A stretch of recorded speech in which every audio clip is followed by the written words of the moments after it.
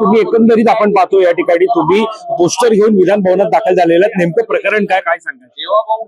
भोकरदन तालुक्यातील जालना जिल्ह्यातील अनवा या गावामध्ये कैलास बोराडे नावाचा एक मेंढपाळाचा पोरगा या मुलाला त्या गावातील जे राजकारणी लोक आहेत नवनाथ दौंड आणि त्याचा भाऊ सोनू दौंड हे उभाटाचे नेते आहेत, यांनी त्याला अमानुषपणानं क्रूरपणानं त्या ठिकाणी मारहाण केलेली आहे। मारहाण मागचं कारण तरी काय होतं?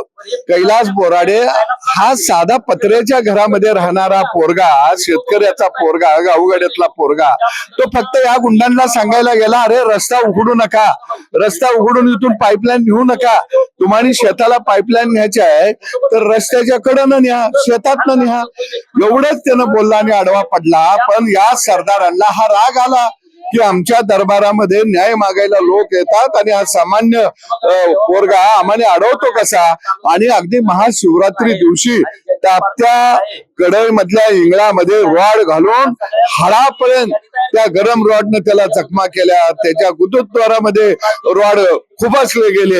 अरे हे क्रूरता आली कुठून? आणि म्हणून या देवाभाऊच्या राज्यामध्ये ही क्रूरता आता चालणार नाही। देवाभाऊनी असे गावागावातले आका आता गाडून टाकावेत।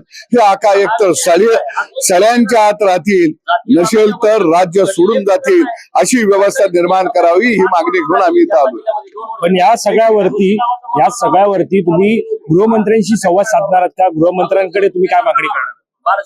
या सगळ्या गावागावातल्या राजकारणाच्या दुकानदाराच्या खाली किंवा राजकारणाच्या आश्रयाने ज्या चाललेल्या गुंडागर्दी आहेत, जे गुंडा राज आहेत, ते राज्यातलं संपवा आणि गावागावातले सगळे आका आता मोकाखाली वडा आणि सामान्य माणसाला दिलासा द्या, ही मागणी आम्ही या राज्याच्या मुख्यमंत्र्याकडे करणार आहोत।